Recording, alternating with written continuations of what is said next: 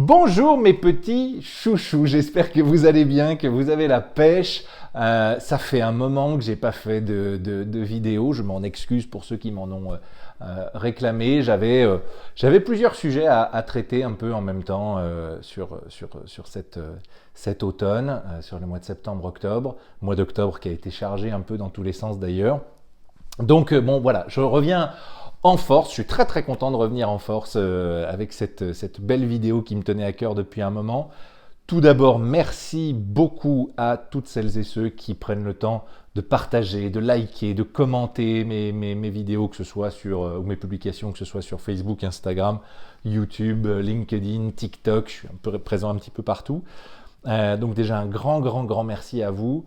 Merci aussi à tous ceux qui prennent le temps de m'envoyer des fois juste un petit message gentil voilà, sur les différents réseaux pour me soutenir ou me dire que parfois le contenu qu'ils ont regardé leur a parlé. C'est souvent que je reçois des messages qui me disent merci, j'avais besoin d'entendre ça aujourd'hui. Donc un grand merci à vous pour vos retours, ça fait toujours très chaud au cœur. Donc un grand merci. J'espère que vous allez bien, que vous avez la pêche. J'espère que votre automne s'est bien passé, se passe bien. On rentre vraiment dans le cru de l'automne maintenant, j'ai l'impression. Parce que jusque-là, on a quand même eu même un début de mois d'octobre qui était quand même assez chaud. Donc voilà, là j'ai l'impression qu'on rentre vraiment dans l'énergie de l'automne. Et c'était un peu aussi le but de cette vidéo aujourd'hui. J'avais envie de parler de ça entre autres parce que justement on sent déjà à l'environnement qu'on rentre un peu plus dans la saison de l'automne. Et alors je fais des ponts avec l'astrologie parce que pour ceux qui me suivent, vous savez que c'est un peu mon dada aussi. D'ailleurs, certainement que l'année prochaine, je me formerai à l'astrologie. Pas cette année parce que je voulais faire un peu une pause. Même chose, ceux qui me suivent un peu sur les autres plateformes, vous savez que je me suis formé à pas mal de choses cette année. Je me suis formé au life coaching, au coaching d'entreprise, à la programmation neurolinguistique, à l'hypnose. J'ai adoré l'hypnose. Ça, j'ai vraiment adoré l'hypnose. Voilà, donc il a fallu un peu que je prenne un peu toutes ces pratiques et que je vois comment je pouvais arranger tout ça à ma sauce. Je me formerai à l'astrologie, mais dans un second temps, si jamais vous voulez, si jamais l'astrologie vous intéresse, je ne peux que vous orienter vers la meilleure astrologue que je connaisse en toute objectivité, puisqu'il s'agit de ma sœur, Émilie Collomb. Voilà, très objectif le garçon déjà. Donc, qui est vraiment une excellente astrologue et que vous pouvez retrouver sur les réseaux un peu partout. Régulièrement, je partage ses publications, etc. Et c'est la crème, je te le dis, c'est la crème. Voilà, donc du coup, oui, je reprends le fil de ma pensée en même temps. Je vous disais que donc, on est vraiment rentré dans l'énergie de l'automne profonde. Astrologiquement, on est rentré d'ailleurs dans la saison du Scorpion, le 23 octobre. Alors, la saison du Scorpion est en général une saison que beaucoup de gens aiment pas trop parce que c'est pas très confortable, c'est pas très sécurisant comme saison. Ça dépend de plein de facteurs. Pour ceux qui connaissent un peu l'astrologie, ça dépend de plein de facteurs dans votre carte natale, dans votre thème natal. Mais bon, voilà, de manière générale, c'est pas la saison que les gens préfèrent parce que justement, ça va avec une logique d'introspection. L'énergie du Scorpion, c'est typiquement ça. C'est typiquement l'énergie de l'introspection. On tourne le projecteur vers l'intérieur et on scrute les profondeurs de ses émotions, de ses pensées, ce qu'on appelle de ses patterns, c'est-à-dire comment est-ce qu'on fonctionne dans la vie, comment est-ce qu'on vit tout simplement, est-ce que ça nous convient toujours de fonctionner comme ça ou pas, ou quoi, ou qu'est-ce.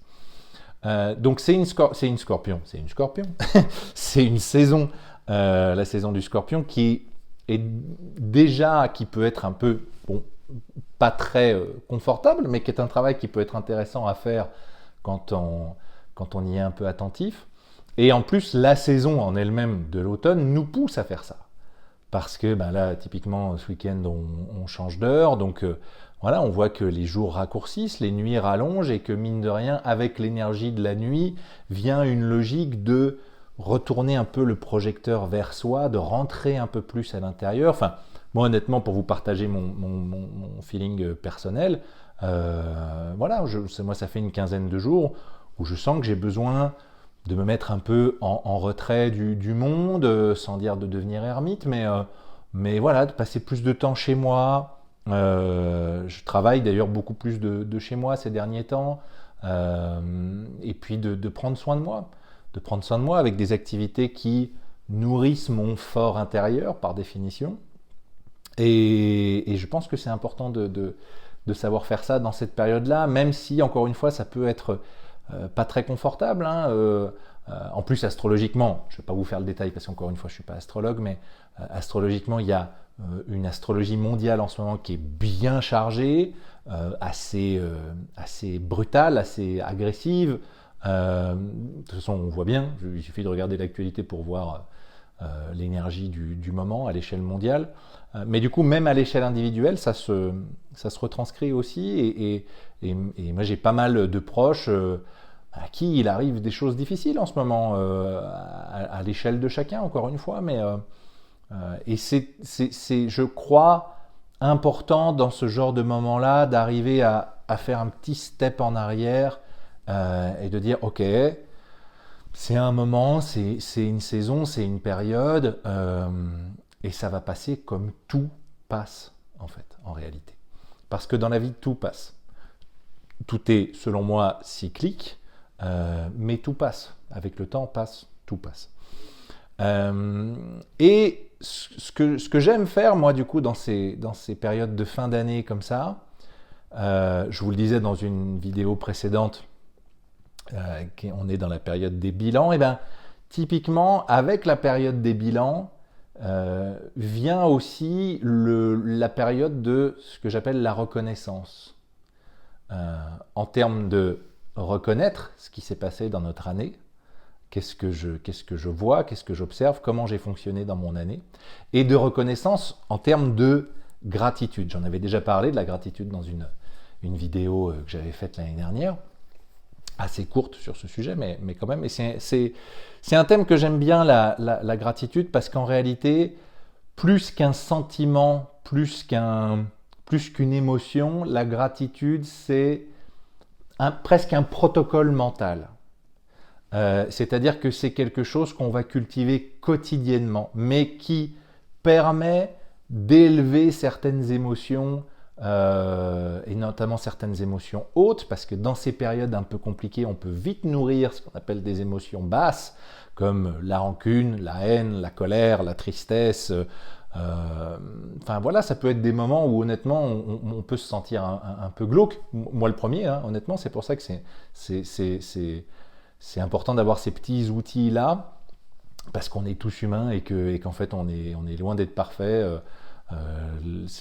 Enfin voilà, moi l'autre jour j'ai quelqu'un qui m'a dit ça m'a fait du bien de voir dans une de tes vidéos que tu parlais du fait de pas être parfait, parce que au final on a toujours l'impression dans des vidéos comme les tiennes que nous on est à la ramasse et qu'on maîtrise rien.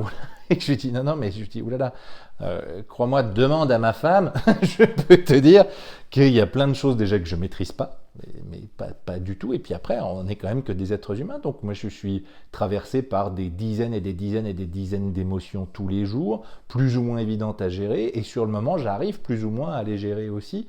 Et c'est pas parce que je suis coach, hypnotiseur, machin, bidule, truc muche, que ça veut dire que je gère mieux que tout le monde, très très loin de là. Et il faut savoir accepter ça aussi. En fait, la première étape, le premier step pour moi, c'est de savoir accepter, de dire c'est OK que ce soit pas OK. Vous voyez ce que je veux dire? En fait, aujourd'hui, je suis pas bien. Aujourd'hui, je suis triste. Aujourd'hui, je suis en colère. Aujourd'hui, je suis ci, je suis ça. Et c'est OK. Et ça va passer, parce que ça passe toujours. En vrai, ça passe toujours. Donc voilà, je vous parlais de la reconnaissance en termes de gratitude et en termes de protocole mental, de dire comment s'est passée mon année. Je reconnais ce que j'ai fait, mes belles actions comme mes actions moins chouettes. Qu'est-ce qui ont fait de moi ce que je suis à la fin de cette année? Qu'est-ce qui a fait de moi la personne que je suis devenue au fur et à mesure de cette année? savoir ressentir de la gratitude pour ça. Même pour les choses moins chouettes. Parce qu'en vrai, même les actions, même les paroles, même tout ce qui a été moins sympa dans notre vie cette année nous a forcément fait évoluer d'une manière ou d'une autre. Forcément. Ça rejoint, c'est là où j'en parlais dans mes vidéos l'année dernière, ça rejoint les fêtes comme il peut y avoir en Amérique du Nord.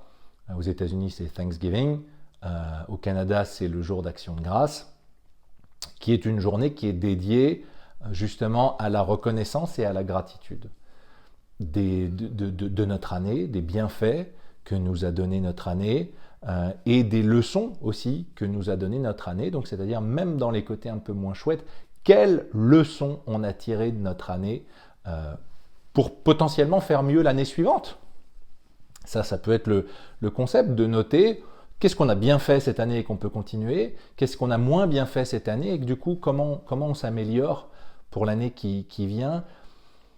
L'idée, si vous voulez, avec cette idée de reconnaissance, de gratitude, et c'est pour ça que moi j'aime cette émotion-là, enfin ce protocole mental-là, c'est qu'il ne s'agit absolument pas d'aller voir comment l'herbe est plus verte ailleurs et de dire tiens, je suis pas encore assez bien comme ça, il faudrait que j'arrive à faire comme ça, tiens, puis tu vois, il ou elle arrive, ou il arrive à faire ci ou à faire ça mieux que moi, machin, etc., etc., etc. Et c'est ça qu'il faudrait que j'arrive à faire, c'est ça, tout de suite j'y arrive pas. Non, en fait, il s'agit pas d'aller voir comment l'herbe est plus verte chez le voisin, mais justement de regarder notre herbe à nous. Et peut-être que notre herbe, elle n'est pas parfaite. Peut-être que notre herbe, c'est pas une magnifique pelouse verte, brillante, molletonnée, dans laquelle on a envie de se rouler. Peut-être que notre herbe à nous, des fois, elle est plus ou moins haute, plus ou moins belle, plus ou moins harmonieuse, des fois un peu brûlée, des fois un peu c'est la gadoue et on patauge dedans. Mais c'est notre herbe. Et notre herbe, elle est faite de ce qu'on est fait. Et rien que pour ça, on peut se poser 2 minutes et dire merci. Merci pour qui je suis, pour ce que je suis. Merci de m'avoir fait vivre tel ou tel événement cette année qui m'a permis de prendre conscience de certaines choses sur qui j'étais, comment je vivais, la chance que j'avais aussi d'être entouré des personnes dont je suis entouré. En plus, physiquement parlant, et là je parle limite de neurosciences, mais en tout cas de biologie et de biochimie, la gratitude a des bienfaits absolument stratosphériques sur notre forme physique. C'est-à-dire que ça permet déjà de cultiver la gratitude au quotidien, ça permet déjà d'être plus positif dans sa vie, c'est-à-dire que ça augmente l'optimisme, ça réduit le pessimisme, ça réduit également la fatigue, ça réduit le stress, ça réduit justement toutes ces émotions basses dont je vous parlais tout à l'heure, à savoir la colère, la tristesse, la haine, etc., etc., qui sont des émotions dont on aurait bien besoin de se débarrasser, particulièrement en ce moment, si vous voyez ce que je veux dire. Et grâce à la gratitude, on active certaines aires de notre cerveau qui nous permettent de cultiver un certain nombre d'émotions et de pensées qui nous nourrissent profondément au quotidien. Je prends un papier parce que j'ai noté 2 ou 3 trucs pour vous donner des exemples, parce qu'effectivement, je n'ai pas tout en tête, donc je l'ai noté sur les trucs. La gratitude, c'est un protocole qui active le cortex singulaire antérieur et le cortex préfrontal médian, qui sont 2 aires du cerveau associées à l'empathie, à la récompense et au jugement de valeur. C'est-à-dire que grâce à la gratitude, on cultive un rapport à l'autre beaucoup plus positif et une attitude plus bénéfique pour créer du lien avec les autres. Je vois aussi chez les adolescents, par exemple, le sentiment de gratitude permet de lutter contre l'intimidation, la victimisation et le risque de suicide. Elle favorise l'estime de soi et la compassion envers l'autre. Donc on est quand même vraiment sur un truc où c'est pas juste cuit les petits oiseaux, on est tous frères et merci la vie de me donner à boire et à manger, ce qui est déjà juste ça, faudrait savoir le faire, mais on n'est pas juste là-dessus, quoi. On est sur un truc qui permet réellement, physiquement, dans la matière, d'améliorer votre vie quotidienne, réellement. Et c'est pour ça que moi j'aime cette émotion profondément, la gratitude. Et il y a, pour moi, 2 choses qui sont assez faciles à faire au quotidien, si possible, de temps en temps, en tout cas régulièrement au pire, alors moi, ça c'est un exercice que je fais quotidiennement. J'ai un petit carnet sur ma table de nuit avec un stylo et tous les soirs en allant me coucher, je prends 10 minutes pour noter dans mon carnet 3 choses pour lesquelles je ressens de la gratitude dans la journée qui vient de s'écouler. Juste ça. Trois choses qui m'ont, encore une fois, pas forcément des trucs qui se sont bien passés. Hein. Ça ne veut pas dire qu'il faut noter que les trucs chouettes. Ça peut être, aujourd'hui j'ai passé une bonne journée au travail, j'ai passé une belle soirée avec ma famille, ma chérie, mes enfants. Ce midi, j'ai été manger au bord d'un lac ou d'une rivière, ou en tout cas un endroit où il y avait du rayon de soleil qui me caressait le visage, et ça m'a fait du bien.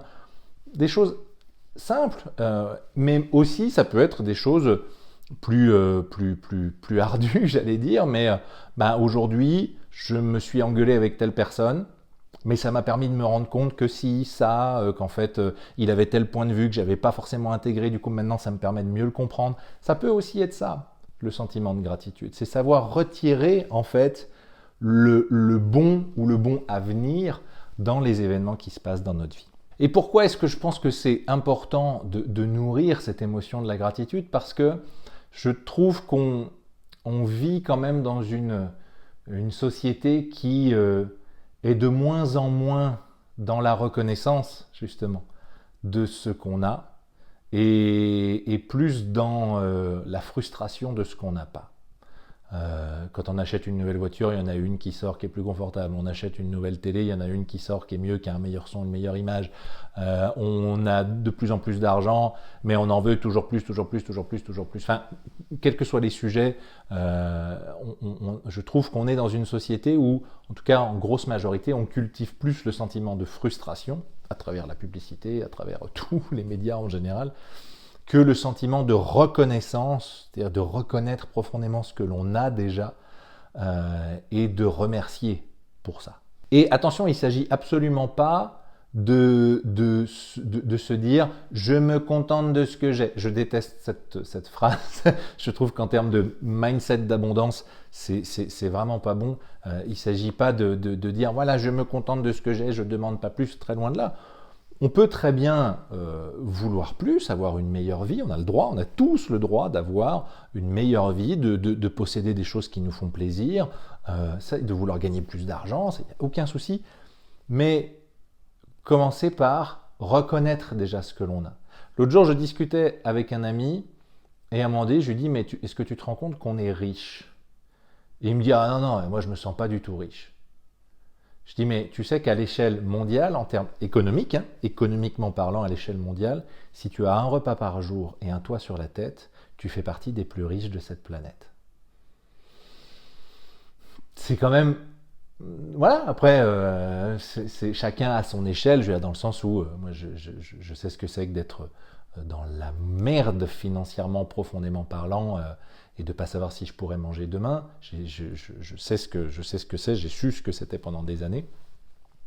Mais par contre, voilà, dans ces moments-là, ça peut être sympa aussi de juste se rendre compte déjà qu'on a un toit sur la tête qui nous protège, qu'on n'est pas dehors à dormir sur un banc quand il fait froid, quand il pleut, quand il neige. Juste ça. Même si profondément, même quand on a un compte bancaire à découvert ou quoi que ce soit, on a de l'eau au robinet pour boire, on a des choses dans les placards pour manger. En vrai, déjà, ça va. Tant qu'on a la santé aussi, tant qu'on n'a pas une grave maladie qui nous pourrit le quotidien. Ça peut paraître bidon, hein, ce que je suis en train de vous dire, mais en réalité, c'est vraiment, vraiment important. Et d'ailleurs, en termes de loi de l'attraction, là c'est vraiment le sujet de la loi de l'attraction, au plus on va se focaliser sur ce qu'on a déjà, sur ce qu'on possède déjà, sur ce qu'on ressent déjà, au plus on va donc nourrir un sentiment d'abondance, c'est-à-dire qu'au plus on va regarder où on vit, qu'est-ce qu'on a à manger et à boire quotidiennement, l'amour qu'on reçoit de nos proches, de nos enfants, de notre chérie, au plus on va se dire « mais oui, en fait, je vis dans une abondance de dingue et je ressens cette abondance-là », et au plus on va attirer cette abondance, parce qu'on vit dans l'abondance en ressentant ça, en ressentant cette gratitude pour tout l'environnement qui nous entoure, pour ce qu'on a quotidiennement, pour ce qu'on ressent quotidiennement. au plus on va se focaliser sur cette abondance-là, au plus on aura de l'abondance. Pour ceux qui me suivent, vous savez que je suis assez passionné aussi d'investissement, etc., d'investissement financier, j'entends. Et des fois, j'ai des amis qui me demandent qu'est-ce que tu me conseillerais pour m'enrichir. La plupart du temps, je leur conseille de commencer par changer leur psychologie et leur mindset d'abondance. Parce que souvent, et je sais de quoi je parle encore une fois, j'avais un mindset d'abondance qui était très très très pauvre, très très très pauvre. Et j'ai énormément appris, je me suis beaucoup formé, j'ai beaucoup lu, j'ai beaucoup écouté, j'ai beaucoup suivi de podcasts, d'émissions, etc., etc. J'ai fait plusieurs formations pour arriver justement à transformer cette psychologie-là. Parce qu'en réalité, on se rend compte que c'est pas l'argent physique qui fait le sentiment d'abondance. Et c'est en ça où on dit l'argent ne fait pas le bonheur. En fait, oui, l'argent physique en lui-même ne fait pas la joie de vivre, ne fait pas le sentiment d'abondance, ne fait pas tout ça. Donc c'est déjà ça qu'il faut transformer. Et en général, quand on arrive à transformer ça et qu'on arrive à se rendre compte de toute l'abondance dans laquelle on vit déjà dans le moment présent, en général, ça attire encore plus d'abondance. Et pour revenir sur ce sujet de la gratitude et de la reconnaissance, je crois que la plus grosse gifle de ma vie sur ce sujet-là, en tout cas la plus belle leçon que j'ai reçue à propos de ça, c'est pendant ma formation de life coaching l'année dernière, j'avais un formateur, un professeur qui s'appelait Jean-Luc et qui était aveugle. Et bon, on ne savait pas trop ce qui lui était arrivé. On nous avait expliqué que ce n'était pas de naissance, qu'il était aveugle depuis quelques années. Effectivement, il portait des lunettes noires, etc. C'était quelqu'un de très très doux, d'origine belge, qui était très très doux, qui parlait très doucement, qui était un coach extraordinaire et qui était coach spécialisé en résilience. Bon, alors comme ça, de prime abord, ça ne nous parlait pas trop, etc. Puis, en fait, la première fois qu'on l'a rencontré, il nous explique son histoire. Et la première phrase qu'il nous a dite, c'est voilà, il y a tant d'années, j'ai eu le privilège de recevoir une balle dans la tête qui m'a rendu irréversiblement aveugle. Voilà, ça met dans l'ambiance. Et en fait, donc, il nous a expliqué le pourquoi du comment il en était venu à se prendre une balle dans la tête. Jean-Luc n'était pas du tout un terroriste ou un marchand d'armes ou quoi que ce soit. Il s'était retrouvé un jour dans un pays où il y avait des conflits armés avec des terroristes, etc. Et il a eu la malchance de se retrouver au milieu du conflit et il s'est pris une balle dans la tête voilà, qui a détruit certaines aires du cerveau, qui l'a rendu sourd d'une oreille. Enfin, bon, bref, tout un tas de choses, je vous laisse imaginer l'horreur. Mais lui avait transformé ça en force. C'est-à-dire qu'il nous disait même, il dit, je ne sais pas si je serais devenu quelqu'un d'aussi bon si je n'avais pas eu cet accident. Il dit, c'est-à-dire que cet accident-là a tellement révolutionné ma vie et ma vision de la vie que je me suis vraiment donné pour mission d'aider les autres à transcender leur traumatisme pour en faire des forces. Et du coup, il était devenu coach spécialisé en résilience. Et c'était vraiment quelqu'un, enfin, c'est toujours d'ailleurs quelqu'un d'exceptionnel. Voilà, c'est vraiment la puissance. Et lui expliquait que justement, régulièrement, il remerciait. Il remerciait, après vous remerciez qui vous voulez. Lui, il remercie la vie, vous pouvez remercier l'univers, Dieu, qui vous voulez. De lui avoir fait vivre ça. Parce que ça lui a donné une force de vie absolument phénoménale, absolument monumentale. Donc, ben voilà, c'est pour ça, ça rejoint ce que je vous disais tout à l'heure. On peut aussi ressentir de la gratitude pour les leçons qu'on a tirées de nos épreuves et des événements difficiles. Donc voilà, c'est le sujet dont je voulais vous parler aujourd'hui. Moi, honnêtement, j'ai l'intention, alors peut-être le jour de Thanksgiving, peut-être je vais m'aligner sur les cultures nord-américaines, parce que pour revenir sur la logique de ces fêtes-là, aujourd'hui, effectivement, c'est surtout pratiqué en Amérique du Nord, États-Unis, Canada, mais on retrouve des fêtes similaires en Europe, comme je le disais dans ma vidéo l'année dernière. Il y a quelques siècles, il existait la fête de la moisson, où chaque année, au mois d'octobre-novembre, on remerciait Dieu, à l'époque, pour les bienfaits qu'on avait reçus pendant l'année, pour les récoltes, etc., etc., etc.